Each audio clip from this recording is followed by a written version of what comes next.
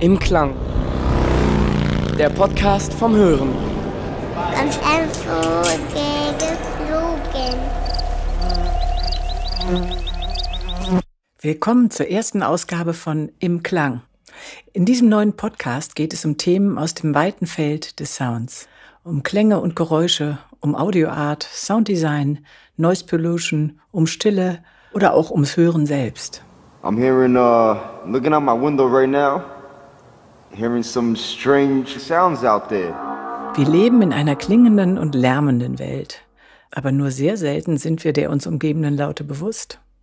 Was hörst du zum Beispiel gerade jetzt?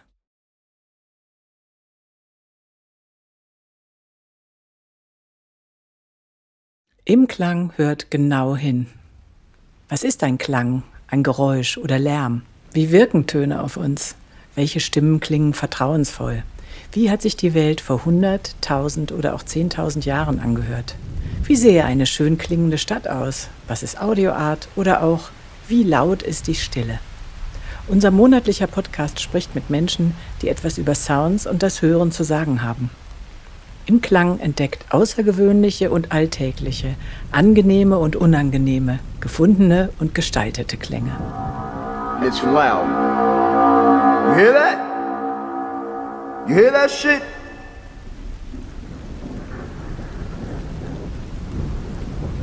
In unserer ersten Ausgabe treffen wir einen Menschen, der sein Leben der Arbeit, Forschung und Kreation mit und von Klängen gewidmet hat.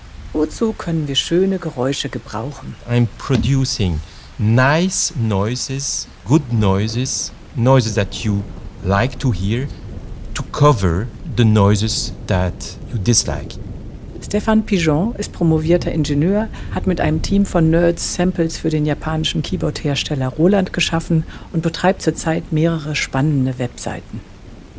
Eine dieser Seiten ist seit Jahren meine Lieblingswebsite und über die möchte ich heute mit Stephane sprechen.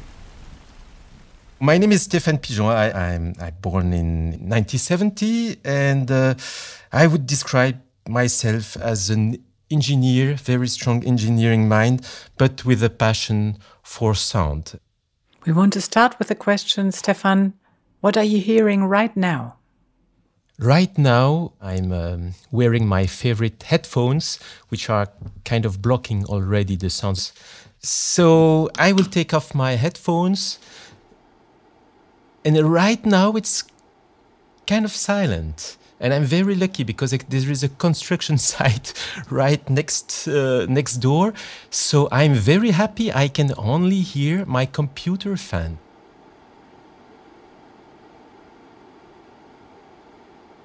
Do you have a favorite sound or a group of favorite sounds? Yes. I like the sound of the ocean, the wind, the rain, all those natural white noises. And I love them when they are all combined.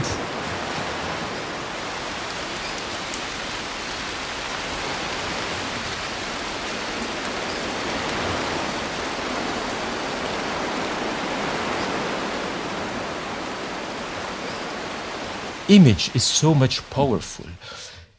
People are so used to images, and indeed hearing is like a little bit or poorest sense, or no, poorest is the sense that we put in the background. Sound has some advantages. Your vision is focused towards seeing what is in front of you. Your ears are able to hear what's behind you. So our hearing have some strong advantage over our vision. The survival of our species, hearing takes a very special place. Hearing is something that is active all the time, 20 hours a day. You won't shut down your hearing when you sleep.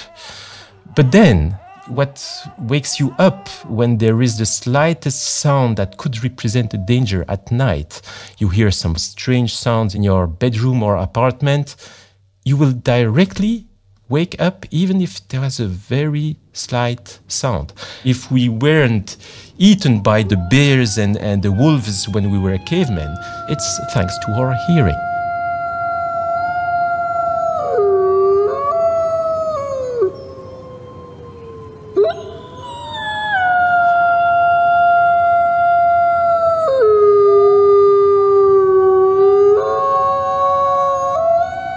That's also why our hearing might be so problematic when we are, for example, trying to focus at a task, you are at work.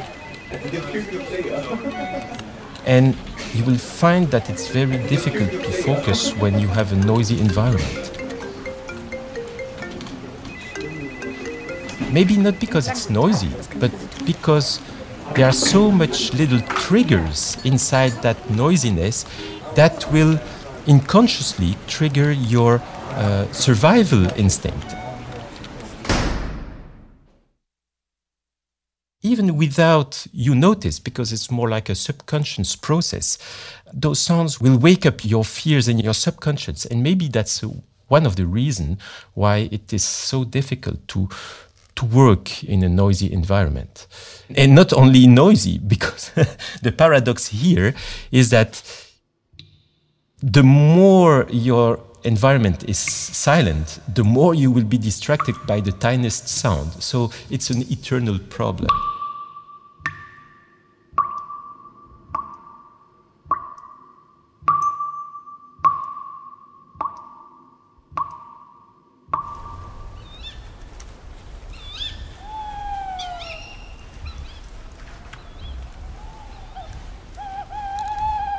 Let's talk about your website, My Noise.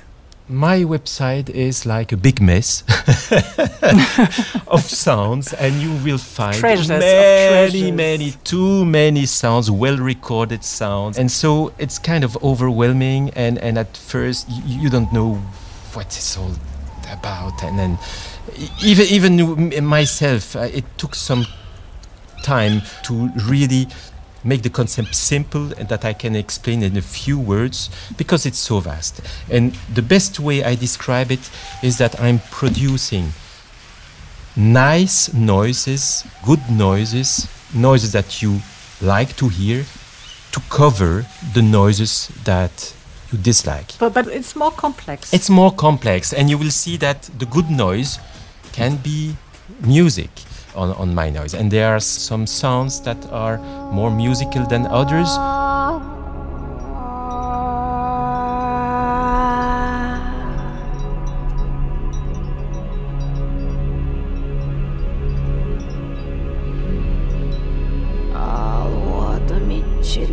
But even that music on My Noise is still designed with the underlying concept of noise. It should be a music that is kind of constant, that would be designed for passive listening, not for active listening. It should be like a sonic bed.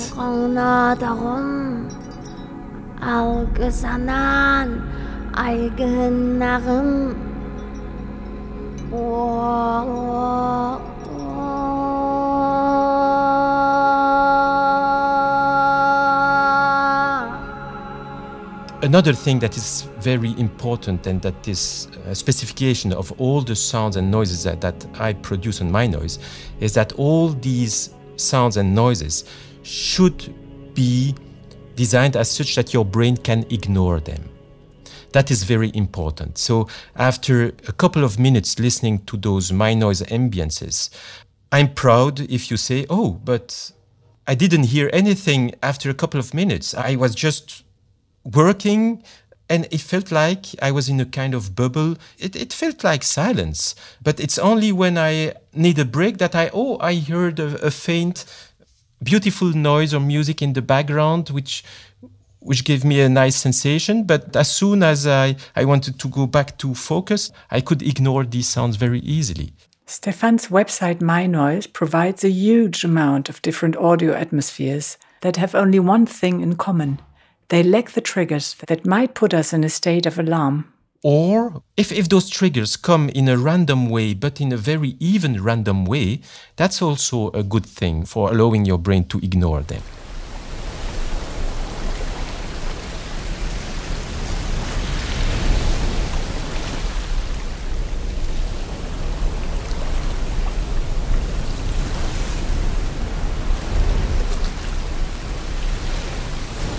One of the best masking noises on My Noise is the Irish coast that we can hear now in the background. And each noise And each sound on my noise is actually made of a layering of 10 different layers.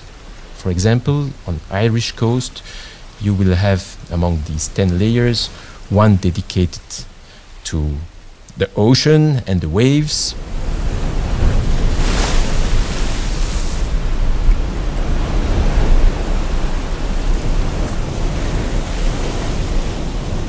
Another is the wind blowing hard on the Irish coast.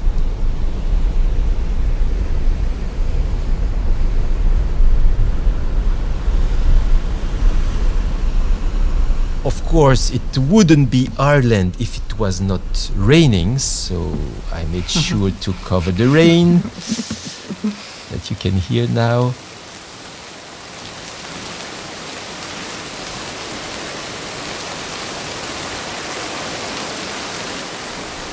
And the list goes on, and as I said... Weren't there these pebbles? I love these pebbles. Yes, that's a close recording of the shore.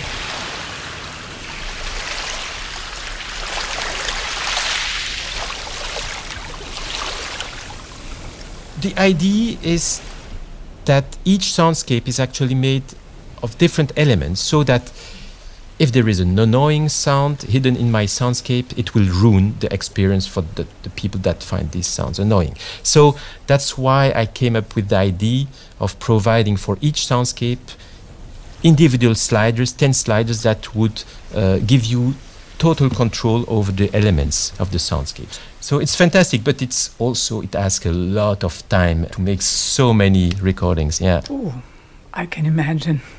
I had a phase where I slept with a soundscape, rain in a tent. Oh, I thought it was so extremely cozy, and it really, really helped me to sleep.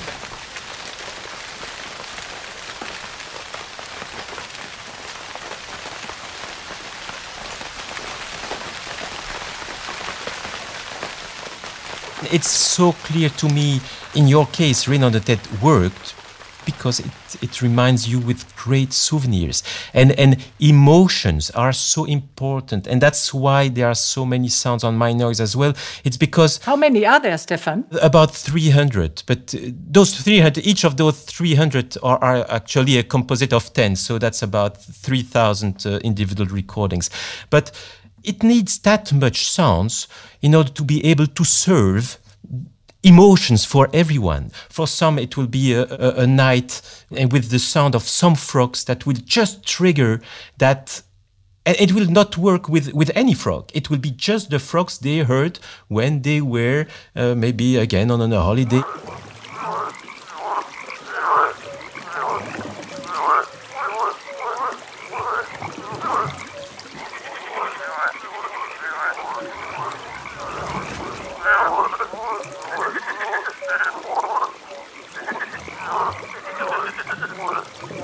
Sound is very close to our deepest emotions, and sometimes a sound can wake up emotions that you totally forgot, but it needs to be just the right sound.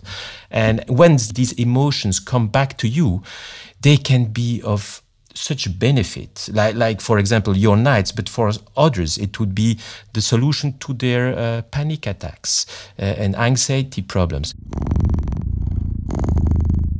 We had a cat when I was a child, and I always said I will never love a creature as much as I loved this fantastic cat. So for a while, when I was writing, I played the purring cat. I have a lovely cat at home also. Her name is Babouche. I love her so much that I wanted to engrave her purring. So the purring that you are hearing on my noise is my cat.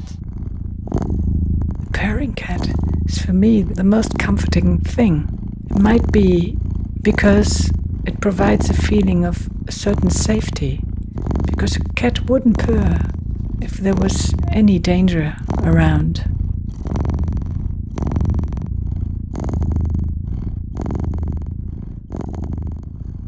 When did you start this My Noise project? How did all this develop, this amazing masterwork? I mean, this is how far can you go with recording sounds and making them usable? This is just genius. No, it's not genius. It's strategic.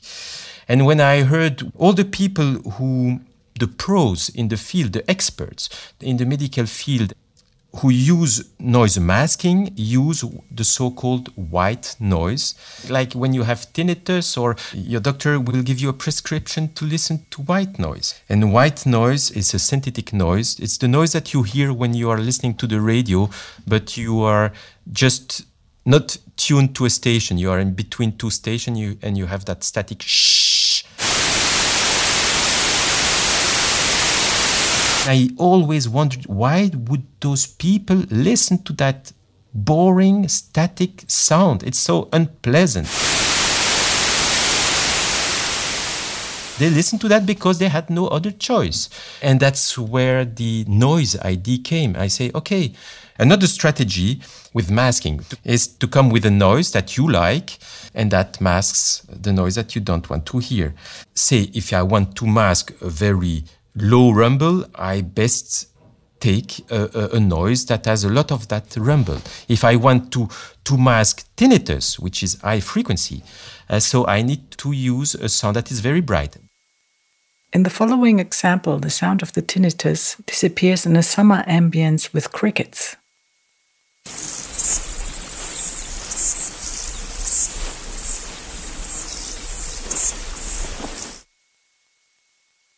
The challenge here is to find a sound that has the same frequencies, but that doesn't sound like tinnitus.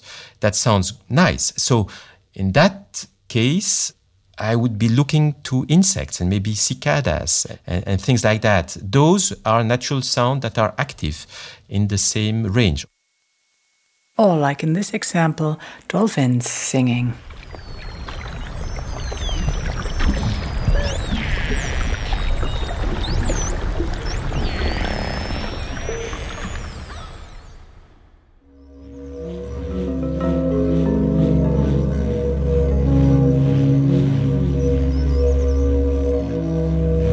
Maybe it's time to say that many people go to my noise for many other reasons.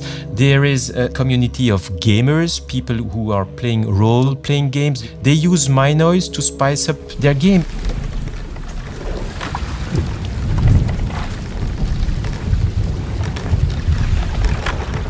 A big community is also writers. They find in my noise an infinite source of inspiration.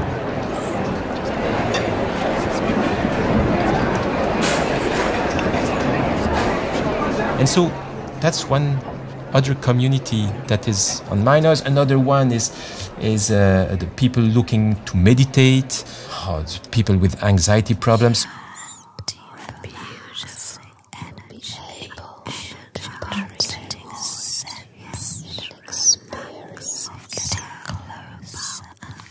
There are so much other communities and other newses around that I'm aware. Yeah.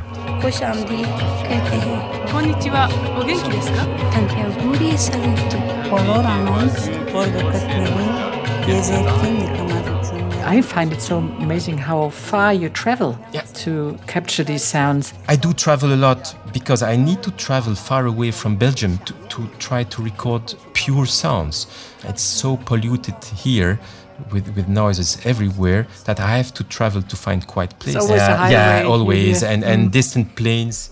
And then last, I travel because it gives a visibility of my work in a way that people love. I notice that each time I travel and I publish pictures, in the weeks following the travel, I have a little spike in donations. How many people are visiting your website? It's about 20,000 people, unique people a day. Yes, yes. A lot of traffic on Stephane Pigeon's website, and he lives off donations. How does that work? Only a very small amount. Contribute very tiny small amount. €5 is more than I want. I'm very happy with that.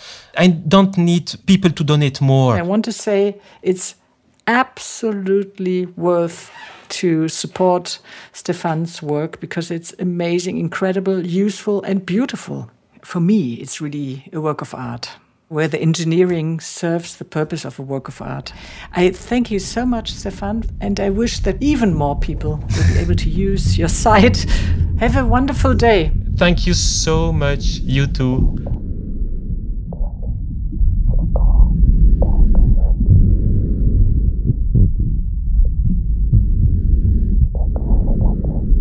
diesen Klängen aus dem Mutterleib verabschieden wir uns von Stephane Pigeon und seinen uns umhüllenden Klangsphären. Vielleicht haben wir euch anregen können, euren Alltag mit akustischen Klangbädern zu bereichern. Die ihr hier gehört habt und viele, viele andere Soundscapes mehr warten auf euch bei mynoise.com. Mehr Links zu Stéphanes Webseiten findet ihr in der Beschreibung dieser Ausgabe. Wie klingt die Welt für einen Menschen, der nicht sehen kann? In der nächsten Ausgabe von Im Klang treffen wir Thomas Brass, einen Fotografen, der mit 26 Jahren erblindet ist. Wir freuen uns, wenn ihr Im Klang weiterempfehlt, liked oder auch verlinkt. Und auch über eure Kommentare und Anregungen, hier in unserem Blog oder auch per Mail. Ich bin Marilyn Jansen und wünsche euch bis zum nächsten Mal alles Liebe und spitzt die Ohren.